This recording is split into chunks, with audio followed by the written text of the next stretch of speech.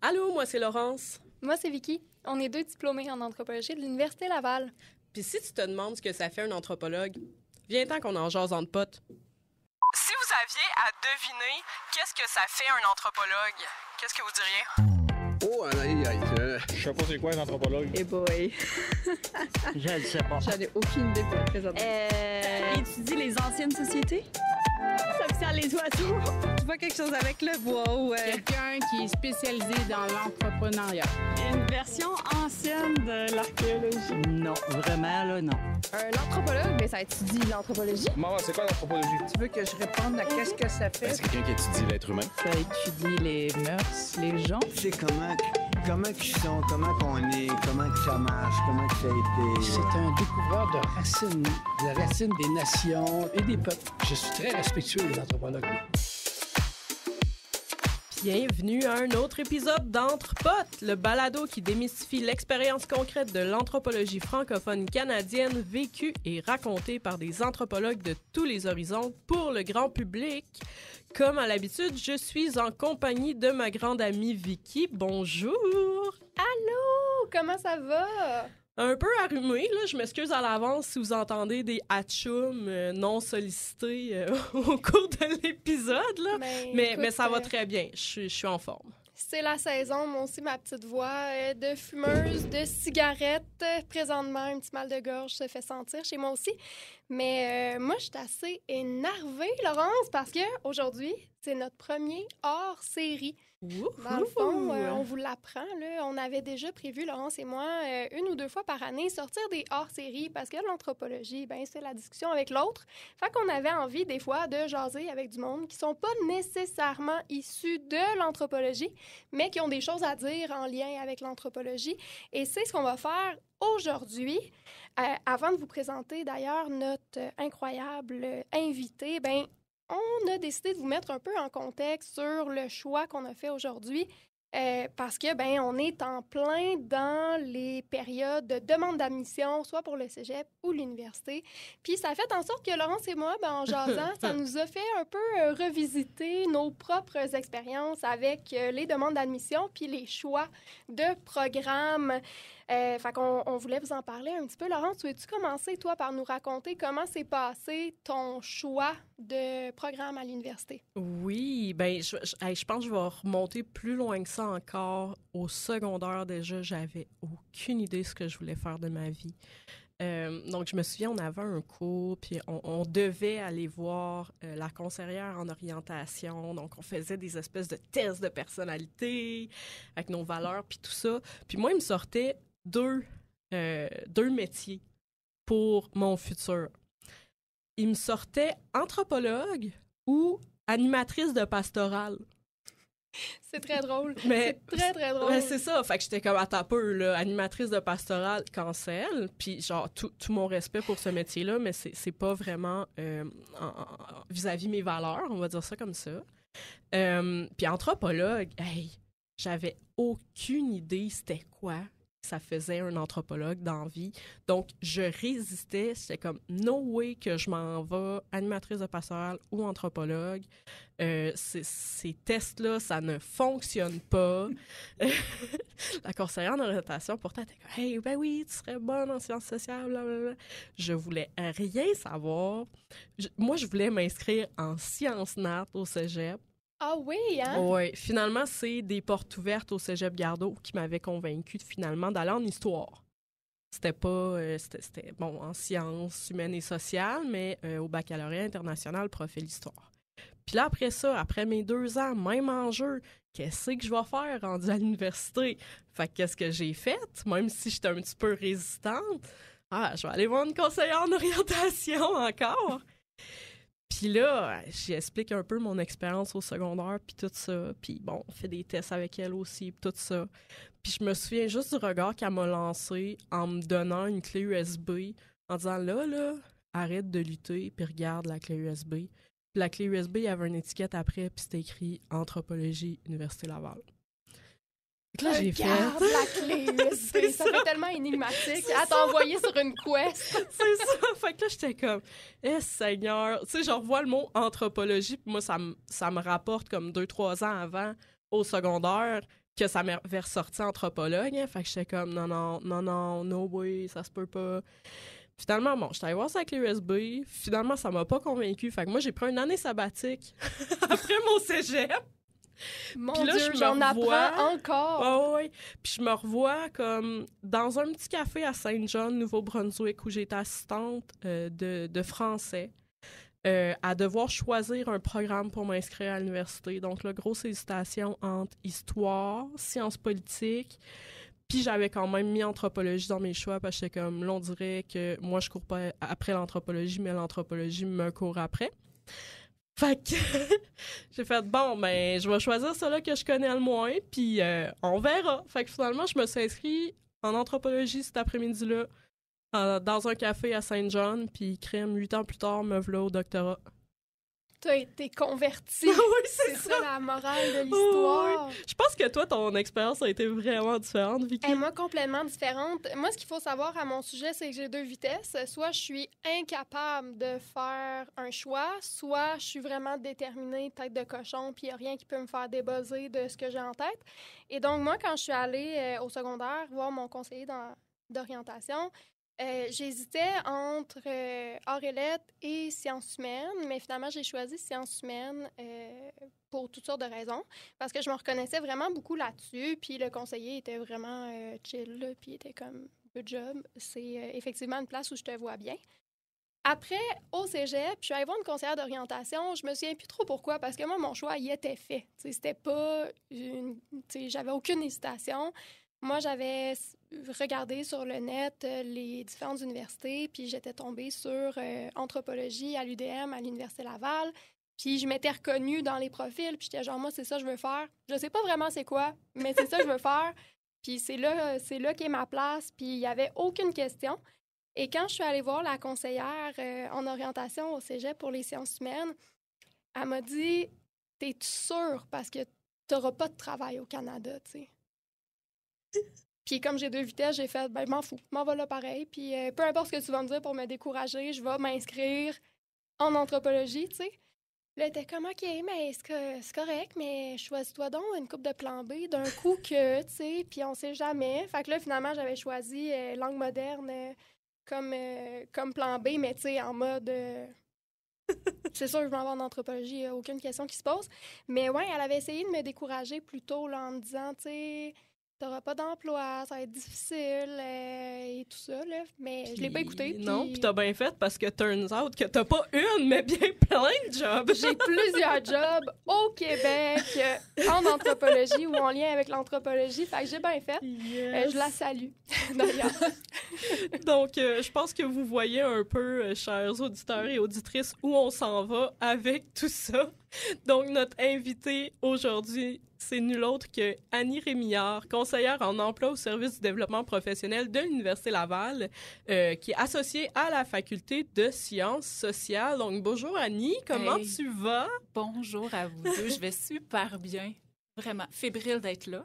Ben, je vous écoute, là. Moi, je suis une fan de vos balados, là. Ah! Fait que c'est un privilège d'être avec vous deux aujourd'hui. Ben, merci nous aussi, on est tellement contentes de te recevoir. Puis je pense que ça tombe bien. Puis plusieurs personnes là, vont sûrement se reconnaître soit dans nos expériences à nous ou trouver bien utile là, d'avoir tes insights sur la recherche d'emploi puis l'orientation. Mais d'abord, comment tu réagis, toi, Annie, en tant que conseillère à l'emploi, avec nos expériences personnelles? Est-ce que tu tombes de haut ou t'es pas vraiment surprise de cette méconception-là de l'anthropologie? Ah, je suis vraiment pas surprise. En fait, souvent, ce que je suis pas surprise, c'est que l'anthropologie, c'est méconnu, en fait. Et souvent, là, c'est ça, il se crée un flou. Puis là, au secondaire, au cégep, là, on passe des tests, puis là, oups, ça tombe là-dessus. Fait qu'est-ce que c'est ça? Qu'est-ce que ça mange en hiver avec ça?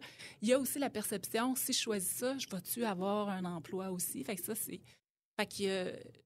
Je suis vraiment pas surprise de cette méconnaissance-là. Puis souvent, c'est les gens qui sont amenés à rencontrer des gens. Souvent, qu'est-ce qui va faire en sorte que je vais faire un choix en anthropologie? Souvent, quand je pose la question aux étudiants, ils me disent, soit j'ai rencontré une personne, soit que mon prof au cégep, là, il était génial, ça m'a vraiment donné le goût, ou j'ai une personne dans mon entourage qui est anthropologue, donc je connais ça, puis ça m'a attiré vers ça. L'autre volet aussi, c'est vivre l'expérience aussi, tu sais, se laisser aller, vivre des expériences, soit humaines, culturelles, de coopération internationale. Donc, souvent, ça les a amenés à découvrir cette fibre-là plus... Bien, comme dans mon cas, je savais pas du tout c'était quoi, mais j'étais genre, ça a l'air cool, puis je suis pas pressée de toute façon. Enfin, je me disais, je vais aller voir, puis si j'aime pas ça, je vais choisir autre chose. C'est ça, j'explore, puis j'ose. C'est ça, exact, l'audace.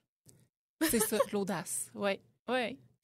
Puis Annie, pourrais-tu nous expliquer un peu c'est quoi ton rôle? C'est quoi la distinction aussi entre, une conseillère en orientation puis une conseillère en emploi, peut-être? Oui. En fait, commençons par mon rôle. Moi, mon titre à l'Université Laval, je suis une conseillère en emploi et en développement professionnel. Donc, à l'Université Laval, on distingue les deux rôles. Donc, les services d'orientation scolaire sont offerts par le Centre d'aide aux étudiants, sont offerts par des conseillères en orientation.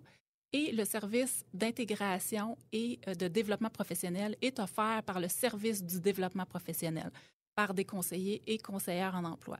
Donc, c'est sûr, ce qu'il faut savoir, c'est comme moi, personnellement, je suis conseillère d'orientation de formation. Mais l'employabilité, l'insertion, le développement professionnel, c'est comme une fibre, tu sais, c'est comme un champ de pratique que j'ai choisi de prendre. Donc, maintenant, mon titre, c'est plutôt conseillère en emploi. OK, c'est bon. Puis justement, là, quand on regarde les étudiants en anthropologie, est-ce qu'il y a des profils types? Y a-t-il est-ce que ça attire ou du moins est-ce que les gens avec certaines caractéristiques, certains profils vont particulièrement s'épanouir en anthropologie, mettons? Oui, en fait, moi, ce que je constate, c'est des gens qui veulent mettre l'humain au cœur de chaque projet. Ça, je trouve que c'est vraiment un tronc commun. Au cœur de chaque projet, au cœur de chaque discussion, au cœur de chaque réflexion. Fait que l'humain est vraiment au centre. Et ça l'amène aussi, ça fait que la caractéristique des gens, c'est beaucoup de personnes qui sont curieuses. Il y a vraiment un esprit d'ouverture, ça c'est important. Pas de préjugés aussi. Et moi, vraiment, je trouve vraiment ce qui vous distingue beaucoup, c'est votre esprit critique. À quel point cet esprit-là est fine et a été développé. Fait que l'esprit critique, ce besoin de vous retrouver dans des environnements où est-ce qu'il va y avoir une réflexion critique. Ça, je trouve qu'il est vraiment un tronc commun. Puis au final, ce qui va distinguer après ça des anthropologues, bien, c'est le choix de la problématique, c'est le choix des enjeux que vous allez poursuivre, étudier, effectivement. Ben oui, mais je pense que c'est de quoi qui est ressorti aussi dans tous nos épisodes précédemment, là, justement, le fait qu'en anthropologie, c'est des gens qui en font vraiment pas juste une carrière, là, c'est vraiment une profession, c'est-à-dire qu'on adopte une vision ou une grille d'analyse pour comprendre le monde autour de nous, comprendre les gens qui nous entourent. Mais malgré cette idée-là là, qui semble si évidente pour les gens dans le milieu, il y a encore beaucoup de préjugés ou d'obstacles qui découragent, encore une fois, comme dans le cas de Laurence, là, qui s'obstinait à ne pas aller en anthropologie, ou dans mon cas à moi, où je me faisais décourager d'aller en anthropologie.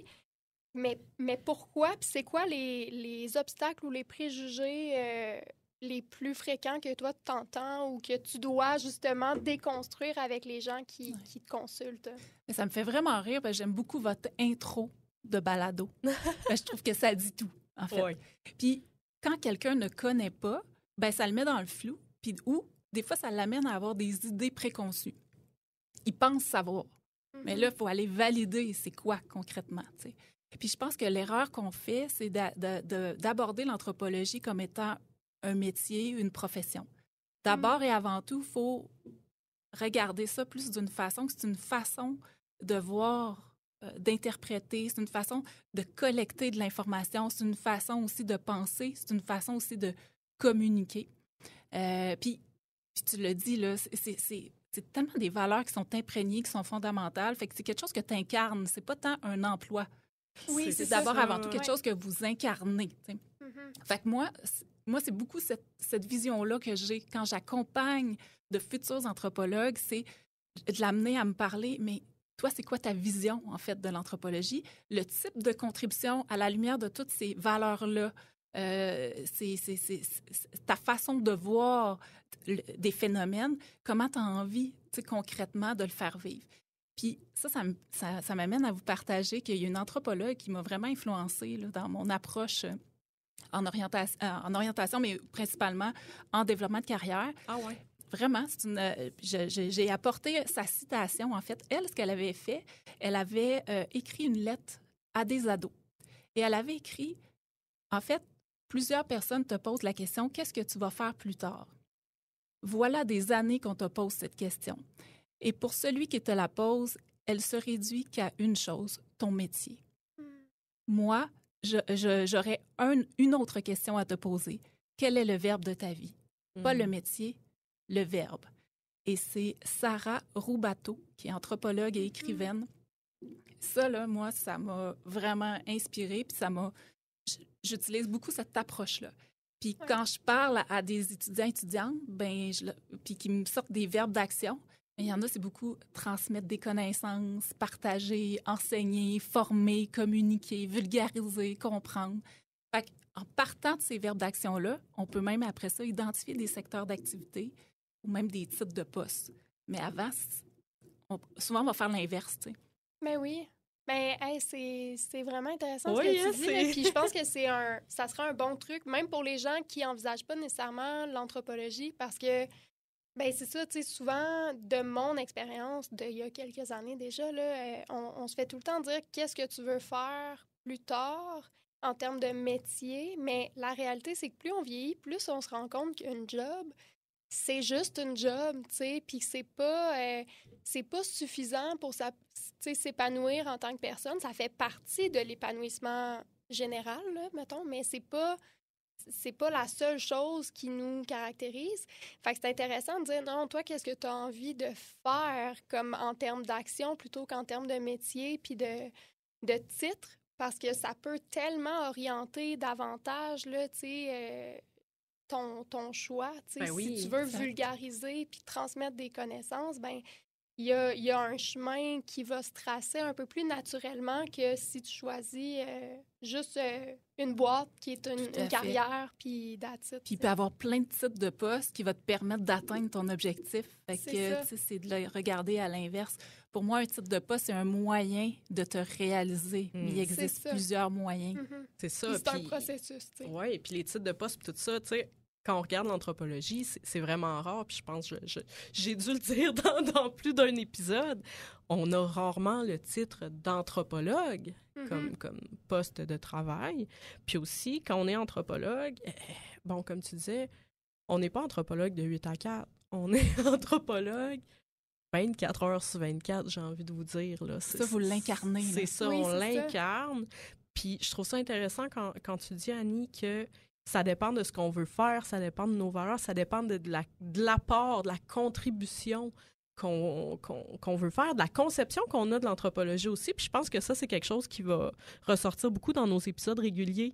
Quand on demande aux gens de décrire l'anthropologie, après ça, les métiers qu'ils font, c'est cohérent avec leur vision personnelle de l'anthropologie, exactement. Juste, moi puis toi, Vicky, on n'a pas, tu sais, on a des approches quand même semblables par rapport à l'anthropologie, mais il y a quand même des nuances, puis ces nuances-là se sentent dans la manière dans laquelle on fait de l'anthropologie.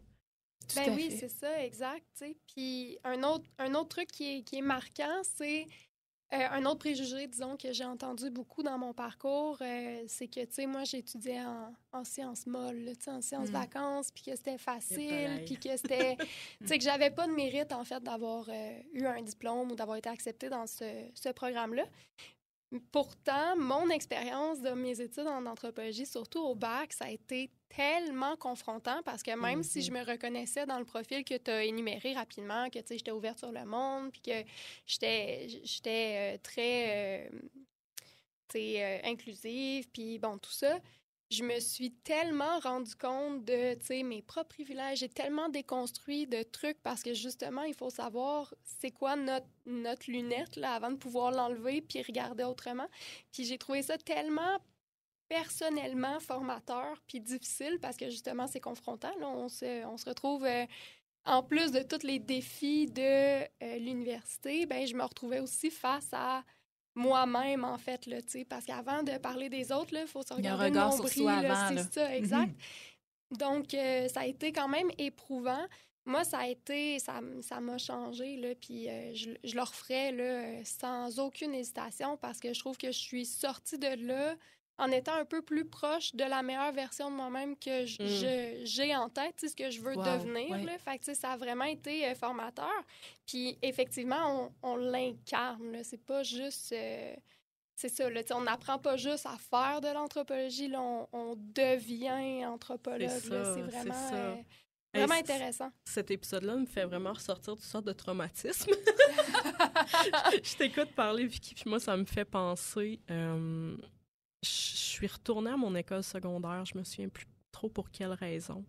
J'ai croisé un enseignant puis qui me demandait j'étais rendue où puis tout ça, puis je vais me rappeler à vie de sa réaction quand j'ai dit que j'étais en train de faire un bac en anthropologie. Il m'a regardé dans les yeux puis il m'a carrément lâché un « quel gâchis ». Puis comme sur le coup, j'étais vraiment déstabilisée, mais tu sais, avec tout ce que tu dis, je partage tout ce que tu as dit par rapport à la formation en anthropologie, que c'est confrontant, c'est déstabilisant. Je pense pas, tu sais, de la même façon qu'il n'y a pas tout le monde qui est fait parce que cette personne-là pensait que j'allais devenir médecin. Me voyez-vous médecin? Oh que non! Fait que tu sais, de la même manière qu'il n'y a pas tout le monde qui est fait pour être médecin, mais il n'y a pas tout le monde qui est fait pour être anthropologue. Puis il faut que ça soit un fit parfait. Ouais, là. tout à fait. Bien correct. Mais je me souviens, ça m'avait choquée. Puis je pense que c'est très révélateur quand même des préjugés. Tout à fait. Puis ça vous amène à devoir vous faire une tête vous-même. Parce que ça vient avec les gens, ils connaissent pas. Donc, il y a une partie d'eux qui ont des prémices de base, mais après ça, c'est à nous de comment j'ai envie d'en parler de l'anthropologie, comment je me donne la responsabilité de la mettre en valeur puis de la présenter, parce que moi, j'y crois puis je la trouve importante. Ben oui, c'est ça. Il y a cet exercice-là à faire. Là. Fait que nous, on a décidé de faire un podcast. Voilà. C'est ça. Mais tu sais, c'est ça. C'est après avoir passé, après tellement d'années puis de discussions avec les membres de notre entourage ou même des collègues qui viennent de d'autres milieux ou de d'autres disciplines qui comprennent pas ça, tu sais, qui comprennent pas en quoi ces études-là sont soit pertinentes ou qui les dévalorisent. Tu sais, moi, c'est l'inverse, là. J'étais pas une très, très bonne élève, là. J'avais plus de difficultés à l'école. Donc, moi, d'être juste acceptée à l'université, en fait, c'était tellement un gros accomplissement, mais je me faisais toujours dire « Ouais, mais tu sais, c'est l'anthropologie, là. Ils accepteraient n'importe qui, c'est pas une réussite, tu sais. » Puis quand j'ai eu mon bac, ben c'était la même chose. C'est « Ouais, mais tu sais, il accepterait n'importe qui, c'est un bac, là, genre, t'as passé 3 ans à jouer au hockey puis à fumer du weed, là. Mais tu sais, c'était pas ça du tout, là. J'étais full assidue, tu sais, parce que justement, pour moi, toutes les notes que j'avais, je les avais travaillées puis je les avais vraiment, tu sais, je mettais tout mon effort, mon corps, mon âme. Et même à la maîtrise, tu sais, fait qu'à un moment donné, il a comme fallu que je me détache de ça puis que je développe aussi des façons d'expliquer ce que je fais mieux, parce qu'après, c'est pas mieux si on n'est pas en mesure de faire comprendre ce qu'on fait, puis pourquoi on le fait, puis pourquoi nous, on s'épanouit là-dedans, là, parce qu'au final, moi, j'ai pas besoin que les gens trouvent que ce que je fais, c'est cool. J'ai juste besoin qu'ils voient que je m'épanouis, puis qu'ils voient le potentiel de ce que je fais dans ma vie à moi, puis dans mon épanouissement personnel et professionnel. Ça me fait penser, Vicky, ça me fait penser à une question que je veux poser à Annie. Finalement, face aux employeurs, qu'est-ce qu'une personne qui est anthropologue gagne à mettre de l'avant? C'est quoi les forces, les compétences des personnes qui étudient l'anthropologie pour les employeurs? En fait, je veux rebondir sur ce que Vicky a dit tantôt. Elle a parlé à quel point le baccalauréat, déjà le baccalauréat, c'est une mine. C'est 3 années dans lesquelles vous développez des compétences puis des qualités qui sont recherchées par les employeurs. Fait que, déjà, dès le bac, là, il y a des compétences en analyse, en recherche que vous développez, que vous gagnez à mettre en valeur. Fait que moi, à ça, je te dirais, c'est d'arriver à mettre en valeur son expérience académique. Dans le cadre du bac, vous avez travaux pratiques. Ça, c'est une expérience qui est riche, qui est concrète. Donc, des fois, on pense que l'anthropologie, c'est abstrait, tout ça. Donc, vous avez quelque chose de concret à présenter. Quand on parle de la maîtrise, bien, c'est sûr qu'il y a le mémoire, au doctorat, il y a toutes des compétences en gestion de projet aussi. C'est vrai, pas juste la recherche, l'analyse. C'est ça, on le perd de vue des fois que, en fait, nos recherches, c'est des projets qu'on conceptualise puis qu'on mène à terme. De A à Z. De A à Z, de façon autonome. Vous êtes capable de créer, maintenir des relations aussi. C'est pas facile aussi aller chercher des données, mobiliser des gens autour. Il arrive plein de pépins. Moi, je pensais aux gens à la maîtrise durant la COVID là, qui n'ont pas pu finir, tout ça. Fait que c'est toutes des fois des expériences de vie comme ça qui font ça prend de la créativité aussi. Oui. Fait que là, il y a plein de compétences, qualités qui découlent de l'expérience. Puis quand on se présente à un employeur, c'est pas juste « je suis diplômée en anthropologie ». C'est un tout. Je suis une personne qui arrive avec mes caractéristiques. Je suis une personne qui arrive avec mon bagage d'expérience qui est jumelé aussi à mon bagage en anthropologie. Fait que c'est d'arriver à mettre ça en lumière. Oui. Puis je pense que tu as dit certains mots, justement, comment se mettre en relation avec les gens, puis tout ça. Je pense que la formation en anthropologie, nous amène un savoir-faire par rapport à la recherche, l'analyse de données. C'est des sciences sociales, veux pas. Mais je pense qu'il y a quand même un savoir-être aussi au niveau relationnel, communicationnel, au niveau de nos valeurs, qu'on gagne vraiment à mettre de l'avant. Puis oui, j'avoue, j'ai eu des rencontres avec Annie lors de mon parcours. Puis un conseil, Annie, que tu m'as donné, que je retiens beaucoup, c'est si tu te cherches une job humaine, qui met vraiment des valeurs humaines de l'avant, fais ta recherche d'emploi en conséquence, dans le sens que tu vas pas te contenter de répondre à une demande d'emploi, d'envoyer ton CV. Écoute, prends le temps d'écrire à côté un courriel. Juste ça fait plus personnalisé, plus humain. Mais ça fait tellement du sens quand on y pense, mais c'est pas un réflexe qu'on a nécessairement parce qu'on se fait dire, montre-moi tes diplômes, c'est quoi tes compétences, c'est quoi ton savoir-faire. Faire passer l'humain avant le papier. C'est ça. Avant le CV. Le papier étant le CV ou justement mon diplôme. Là. C'est ça. En fait, il faut organiser. Puis ça, c'est un conseil qu'on m'avait donné aussi. Mais moi, c'est un de mes patrons qui m'avait donné ça puis qui m'avait accompagné dans justement mon application pour une promotion. Puis il m'avait dit, tu sais, faut que tu adaptes ta demande ou tes soumissions là, de CV puis ta recherche d'emploi en fonction de l'emploi pour lequel tu postules. Puis il faut que tu cibles bien pourquoi tu serais la meilleure candidate. Il faut vraiment apprendre à se vendre puis il faut mettre de l'avant justement le fait que je suis une personne qui a beaucoup d'autonomie parce qu'encore une fois, mon projet de recherche, je l'ai mené toute seule. On n'était pas une équipe. C'était moi qui l'a conçu, qui l'a créé, qui l'a financé, qui l'a mené à terme, qui a rédigé ensuite. Puis c'est ça, tu sais, il y a comme des compétences qui s'accompagnent de ça, là, puis qui permettent justement de se mettre en valeur. Mais moi, ce que j'ai trouvé particulièrement intéressant dans ce que tu as dit, Annie, c'est surtout, même après le bac. Parce que souvent, une autre chose qu'on entend régulièrement, c'est que pour vraiment avoir une job en anthropologie, il faut aller à la maîtrise. Puis même, idéalement, au doc. Par contre, c'est pas le cas. Tu sais, moi, j'ai des gens avec qui j'ai fait mon bac qui ont des carrières, des emplois dans lesquels ils s'épanouissent puis dans lesquels ils mettent à profit leurs apprentissages en anthropologie et qui ont juste un bac. Moi, j'ai trouvé mon emploi, disons, principal au bac. Là, tu sais, j'ai pas trouvé mon emploi à cause de ma maîtrise. Tu sais, j'ai continué ma maîtrise parce que je voulais le faire. Mais mon emploi principal, je l'ai eu dès mon bac, tu sais. Puis c'est justement les compétences que j'ai développées dans mon bac que j'ai été capable de mettre de l'avant puis que mon employeur a dit, c'est exactement la candidate qu'on a besoin, tu sais. Fait que c'est vraiment intéressant de voir qu'il y a des perspectives d'emploi qui peuvent se révéler. Tu sais, c'est pas parce que tu commences un bac en anthropologie que tu es obligé de te rendre au doc. Tout à fait. C'est ça, oui. Tout à fait. Puis je me demandais, Annie, est-ce que tu es capable de nous parler un peu, là, parce qu'un des préjugés, c'est en anthropologie, comme Vicky disait, tu n'auras pas de job au Québec ou au Canada. Est-ce que tu peux nous parler un peu des perspectives d'emploi actuelles pour les anthropologues? Tout à fait. En fait, les perspectives sont larges. Puis moi, des fois, quand on me pose la question, là, j'ai peur qu'on me réfère à des statistiques, taux de placement, c'est quoi les taux de placement? Moi, je me dis... J'ai choisi une personne qui a choisi l'anthropologie, qui étudie là-dedans, elle devrait plus se poser la question, qu'est-ce que je peux mettre en place pour explorer, mes perspectives, puis augmenter mes chances d'obtenir un emploi. Donc là, de ce fait, c'est de se donner cet espace-là d'explorer.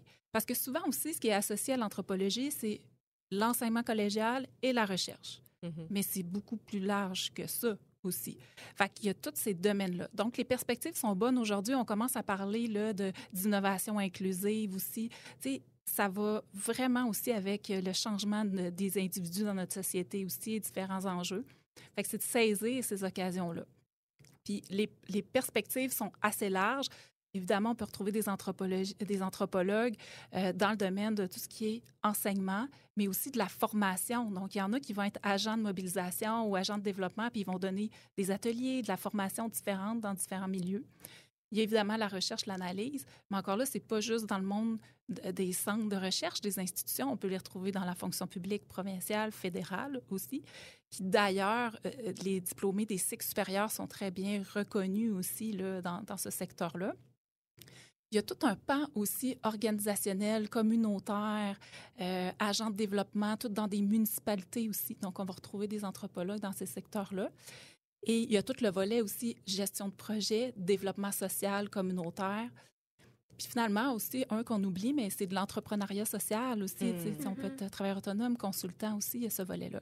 Fait que c'est assez multiple. Puis dépendamment de ce qu'on vise, ben c'est se poser la question comment je peux construire un parcours académique qui pourrait me rapprocher de mes objectifs ou du moins me permettre de les explorer pour après ça me rapprocher de l'objectif.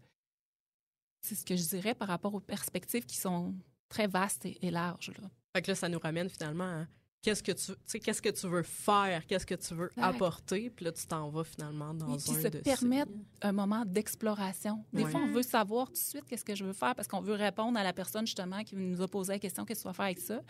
Mais donnez-vous le temps d'explorer. C'est large. Moi, je réponds tout le temps, plein d'affaires. Veux-tu la liste exhaustive? Parce que dans mon cas, je multiplie les contrats dans différents secteurs. Là. Fait que, moi, j'ai décidé de ne pas nécessairement me limiter à un secteur d'exploration parce que, justement, je trouve qu'en anthropologie, j'ai tellement développé plusieurs compétences que je trouvais ça difficile de trouver un emploi qui allait solliciter toutes les compétences que j'ai développées. Puis je suis quelqu'un qui aime ça, justement, quand ça bouge, puis quand ça change et tout ça. Là. Fait que moi, j'ai décidé d'œuvrer dans différents secteurs. Puis je vis bien, donc... fait que quand les gens me demandent... Ça fait du sens pour toi, là. C'est ça fait full de sens pour moi. Puis ça fait de plus en plus de sens aussi pour les gens qui me connaissent puis qui sont autour de moi. Puis... T'sais, on voit que justement, les gens qui étaient un peu hésitants ou n'étaient pas trop sûrs de où c'est que j'allais me ramasser avec mes études en anthropologie, mais aujourd'hui, ils sont comme, ben oui, c'est une évidence. Ça fait plein de sens que tu fasses tout ce que tu fais.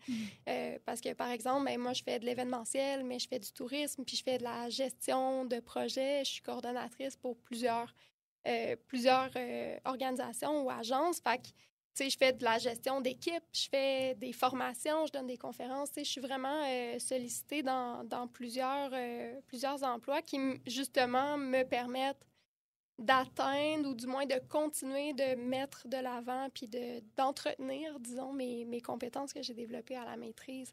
Fait que c'est super polyvalent, là, des anthropologues. Ah oui. Puis là, Annie... Mettons qu'une personne souhaite commencer une recherche d'emploi dans le domaine de l'anthropologie. Quand est-ce que cette personne-là devrait commencer? Par quoi cette personne-là devrait commencer? Moi, dans mon monde idéal là, de conseillère en emploi, ça serait de le commencer, de se donner cet espace-là dès sa première année, peut-être. Mais en même temps, encore là, il faut respecter son rythme, son horaire. On vient d'arriver à l'université, on s'approprie les choses. Souvent, les gens vont venir me voir en deuxième année de bac. Première initiation avec moi, ils viennent me voir. Puis là, on dépose un peu, puis ils ont pu goûter un petit peu à ce que c'est l'anthropologie aussi. Fait qu'après ça, là, ils se permettent un espace là, d'exploration. Fait que, en termes de timing, là, de temps, là, je dirais c'est pas mal ça. Sinon, moi, souvent, je vais arriver, je vais suivre les gens. Là, ils vont m'avoir vu en deuxième année de bac, première année de maîtrise. Ils choisissent de poursuivre à la maîtrise. Ben, OK, là, je veux préparer mon parcours. Après ça, début doctorat aussi, ben, ils peuvent venir me voir. Fait qu'encore là, c'est ça. Puis, ou sinon, c'est quand la personne commence à se questionner. Elle se sent un petit peu dans une posture d'ambivalence, de questionnement. Puis là, elle a besoin d'explorer. Ben, prendre rendez-vous avec moi, ben, ça peut... permettre de cibler les autres étapes. Là. C'est ça, ben ça peut être un premier pas, je pense, rejoindre son conseiller en emploi, conseiller en orientation, que ça soit toi, si on est à l'Université Laval ou... Tout à fait, moi je suis là, ils peuvent venir me voir, c'est gratuit comme service, ils prennent rendez-vous, moi je marche beaucoup par consultation, en personne ou même à distance, fait que c'est très très facile là, prendre rendez-vous avec moi. Là. Puis est-ce qu'il faut nécessairement pas avoir un chemin très défini? Est-ce qu'il faut vraiment être en questionnement ou tu peux aussi accompagner quelqu'un qui est comme moi, là, qui est super tête de cochon, puis qui est comme moi, je m'en vais là. Puis je veux juste savoir comment me rendre, genre. Mais qui Clairement. est comme, moi, je sais exactement où je m'en vais, c'est ça mon idéal, puis voilà, tu sais. Oui, moi, j'accompagne des gens dans le flou, mais je peux accompagner des gens qui disent, regarde, moi, Annie, là, je vais ça. Je suis là. Maintenant, comment je peux faire pour me rapprocher le plus possible? Puis on regarde ensemble les moyens, les stratégies adaptées à la personnalité de la personne, puis au réseau qu'elle peut avoir ou peu importe, là. Fait que tout à fait. Oui. Fait qu'il y a peut-être une personne qui dit, ben là, moi, je veux commencer ma démarche de recherche d'emploi ou une recherche de stage aussi, au bac aussi, à ce volet-là. Fait que c'est ça, c'est autant dans le flou pour démystifier. Moi, j'aime dire que j'aime initier des réflexions et une exploration professionnelle, mais aussi, j'aime beaucoup faire des plans de match, là. OK, on fait quoi pour se rendre là? Ben oui, c'est ça, parce que moi, j'ai jamais consulté tes services. J'ai jamais pris rendez-vous avec toi parce que moi, j'étais genre... Je savais... T'avais une direction, là. J'avais déjà une direction, puis j'ai eu la chance de trouver un emploi aussi quand même assez rapidement. Puis, tu sais, j'ai fait de mon chemin et tout ça, mais il y a eu des défis que j'ai fait face, que je me disais, crime, tu sais, ça aurait peut-être été intéressant, ou, tu sais, des demandes ou des soumissions de candidature à un emploi, que ça aurait peut-être augmenté mes chances là, de faire affaire avec une professionnelle. Mais c'est ça, moi, je suis jamais allée te voir, mais j'aurais peut-être dû. Ça aurait peut-être accéléré. Mais t'es encore la bienvenue. Moi, j'offre des services encore à des diplômés de moins de 2 ans. Bon, donc, après, on sortira de nos agendas, on va se prendre un rendez-vous. Avec plaisir. Fait que les gens qui nous écoutent, n'hésitez pas. Si vous avez des doutes ou même si vous savez où est-ce que vous en allez, mais vous n'êtes pas trop sûr de comment vous rendre là, bien, prenez rendez-vous avec vos conseillers, conseillères en orientation, que ce soit au secondaire, au cégep, à l'université, une fois diplômés, ils sont là pour vous accompagner. Ben oui, c'est ça, parce que c'est sûr que la fin des études, là, je parle pour ma part parce que j'ai terminé, c'est quand même confrontant, là. Il y a quand même une espèce de... OK, j'ai tellement de temps, je vais en faire quoi maintenant? Puis il y a une espèce de... C'est un changement de beat, mettons. Fait que des fois, c'est intéressant là, de rentabiliser son temps justement dans sa recherche d'emploi, là, puis en essayant d'être un peu plus efficace. Il y a des personnes un petit peu anxieuses, comme moi, que 4 ans à l'avance commencent à se questionner. Ben oui, donc, c'est ça. Je pense qu'il n'y a pas de mauvais moment. Hein. Non, je pense que c'est de nous voir comme des alliés, justement, dans ce processus-là. Bien, c'est super.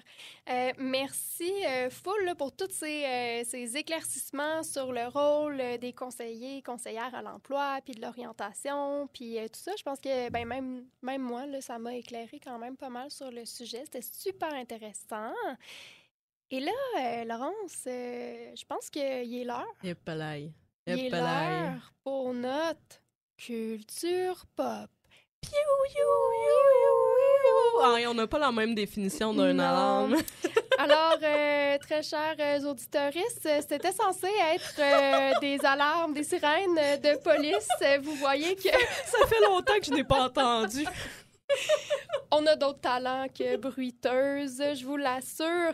Donc, Culture Pop, cette semaine, c'est moi qui ai l'honneur de vous présenter une œuvre de la culture populaire en lien avec l'anthropologie. Et j'ai choisi, mesdames et messieurs, et toutes les autres personnes qui nous écoutent, de vous parler de la série Bones. Donc, série Bones, c'est une série policière qui a été créée par Art Hansen, basée sur les romans de Kathy Reich, qui est en fait une anthropologue judiciaire là, de formation. Et c'est une série qui va passer à la télé là, de 2005 à 2017. Pourquoi je vous en parle? Bien, c'est très simple. Les quelques personnes qui ont déjà entendu ou qui ont une image un peu plus définie de l'anthropologie, souvent, ben, ils la tiennent de cette merveilleuse série qui a été super populaire, qui a quand même connu un très grand succès. Alors que, bon, oui, certes, là, Kathy Reich, elle est anthropologue judiciaire de formation, mais il y a quand même une grosse différence entre l'anthropologie judiciaire puis l'anthropologie sociale et culturelle, comme à l'Université Laval, là, le bac est spécialisé en anthropologie sociale et culturelle. Et d'ailleurs, c'est le moment où je plug encore mon premier cours d'introduction à l'anthropologie avec Isabelle Henrion-Dourcy. J'ai réalisé... Mais Vicky, je pense que ce cours-là t'a vraiment marqué. Oui, ça m'a fait marquer. Allez voir, là. Je pense que Vicky parle de ce cours-là à chacun de nos épisodes. Oui, absolument. Je m'en suis rendu compte, genre, en réécoutant notre dernier épisode, puis j'étais comme, crime, je le plug tout le temps. Donc, props, Isabelle. Là, je sais pas si tu nous écoutes, puis je sais pas si tu as conscience à quel point ton premier cours m'a marqué, puis je suis probablement pas la même. Je suis probablement pas la seule. Fait que s'il y en a dans nos auditeurs, auditrices là, qui ont aussi été marqués par ce premier épisode-là, ben dites-nous-le. Là, écrivez-le en commentaire, je sais pas. Faites quelque chose que je me sens pas trop toute seule dans ma gang. Ben tu vois, moi, j'ai jamais écouté Bones, mais je me souviens de la première séance. Ouais, la première séance, Isabelle, elle nous le montrait comme exemple d'anthropologie judiciaire, anthropologie physique. Exactement. Hein? Puis justement, je fais tout le temps référence à très précisément un moment dans son cours où elle nous présentait un peu tout ce que l'anthropologie n'était pas versus ce que c'était. Puis elle nous avait justement présenté dans son slide, le PowerPoint, une photo issue de cette série-là, puis elle était comme, bon, tu sais, l'anthropologie, c'est pas que ça, tu sais, c'est pas que Bones, ça peut être plein d'autres choses. Mais quand même, Bones, très bonne série. Moi, je l'ai écoutée. Je suis quand même une fan des séries policières, là, fait que je l'ai quand même écoutée à l'époque. Puis, en fait, c'est quoi cette série-là? Ben, ça met en scène ou la vedette, là, le personnage principal, là, c'est le personnage de Tempérance Brennan, joué par Émilie Deschanel, qui joue, en fait, une anthropologue judiciaire qui travaille pour l'Institut Jeffersonian, et qui se retrouve, de par sa très grande compétence et de par son excellence au niveau de l'analyse des os puis des sépultures, disons, elle se retrouve à collaborer avec le FBI, plus précisément l'agent Booth, joué par le très cute David Boreanaz. Je ne sais pas si je dis son nom comme il faut, mais... pour ceux et celles qui ne savent pas c'est qui, c'est aussi le très cute gars qui jouait Angel dans Buffy. Donc, c'est ça. Il était cute dans Buffy, il était cute dans Bones, qu'est-ce que vous voulez. Il y en a qui l'ont. Et justement, ben, elle aide là, à résoudre là, les différents cas, notamment par l'analyse des os, mais quand même, il y a des petits clins d'œil à ces nombreux voyages, justement, qu'elle a fait, puis justement à sa compréhension plus globale là, des aspects plus culturels. Fait que dans certains cas, elle peut aussi être amenée à, par exemple, mentionner certains rituels ou certaines coutumes autres. Fait qu'il y a quand même un petit clin d'œil là, à un petit peu plus largement que seulement l'anthropologie physique et judiciaire. Mais bref, donc c'est une anthropologue qui œuvre dans une sphère très, très différente que moi et Laurence et tous les anthropologues qu'on a reçus jusqu'à présent. Mais ça peut être un bon petit clin d'œil à la discipline, même si ce n'est pas que ça, je le rappelle, hein, ça ne se résume pas qu'à ça. Mais je tenais quand même à vous en parler un petit peu là, dans ce petit segment culture pop. Merci beaucoup, Vicky. Je l'ai jamais écouté. Il faudrait peut-être que Pour vrai, ça s'écoute très, très bien. Là. Puis, je sais pas s'il y a d'autres fans, là, mais moi, je l'ai écouté avec ma grand-maman en mangeant des bananes à split. J'aime ça. J'aime les détails. Oui, c'est ça.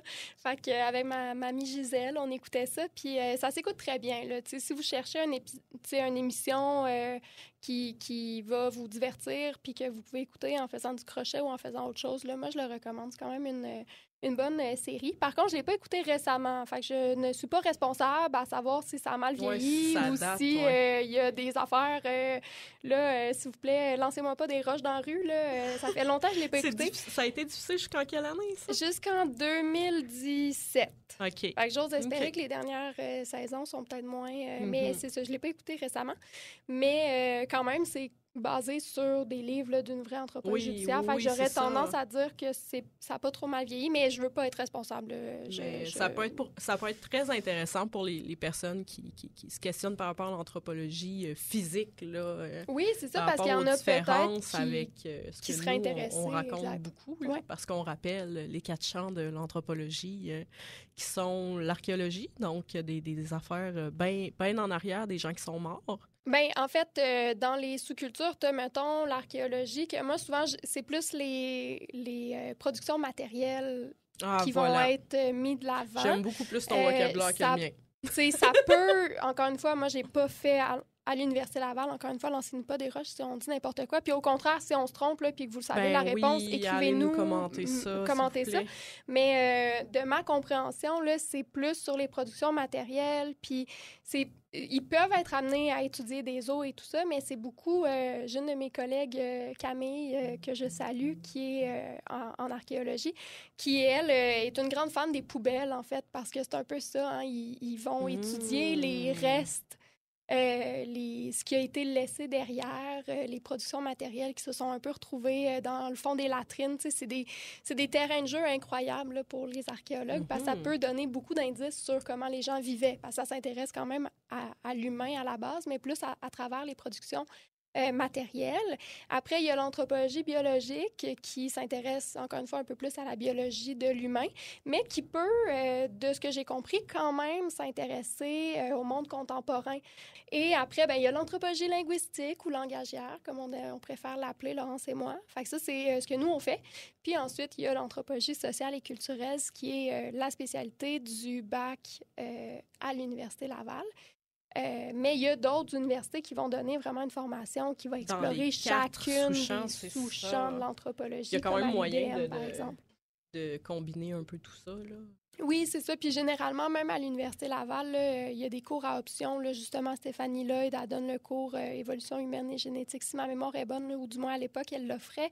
Il y a notre directrice là, qui donnait des cours plus liés à la langue, mais...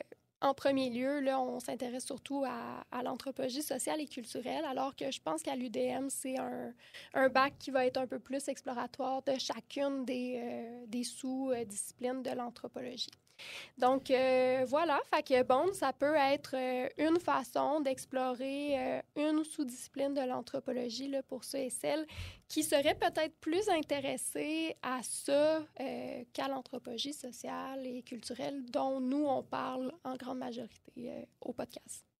Et voilà, donc c'est ce qui met fin à notre épisode, notre premier hors-série. Merci beaucoup, Annie, pour ta généreuse contribution. Oui, on était choyés de t'accueillir aujourd'hui. C'est un plaisir. Merci pour l'expérience, vraiment. C'était trop bien, puis on est contente que tu écoutes nos épisodes puis que tu nous dises que c'est bon, parce que pour l'instant, on fait de notre mieux, puis on a quand même des bons feedbacks, mais on n'en a pas tant que ça. Fait que ça m'amène à vous le dire. Si vous aimez ça, dites-nous-les, ça va nous faire plaisir, puis ça va nous valoriser dans tous les efforts qu'on met. Si vous n'aimez pas ça, dites-nous-les quand même, mais gentiment, parce qu'on s'améliore, on est en apprentissage. Fait qu'hésitez pas à donner votre avis, à nous liker, à commenter nos posts. Vous pouvez nous écrire par courriel aussi si vous avez des critiques un peu plus précises ou que vous souhaitez les garder de façon plus confidentielle. Encore une fois, on est des anthropologues, on aime ça jaser. Fait que venez nous jaser, laissez-nous des commentaires, likez nos pages, puis permettez-nous de savoir ce que vous pensez de notre travail. Et encore une fois, continuez à nous écouter. Allez écouter Bones si jamais le cœur vous en dit. Et surtout, comme le dit notre directrice, ne boudez pas votre plaisir. Et on se retrouve, comme à l'habitude, le mois prochain pour un nouvel épisode. Yeah, yeah, yeah!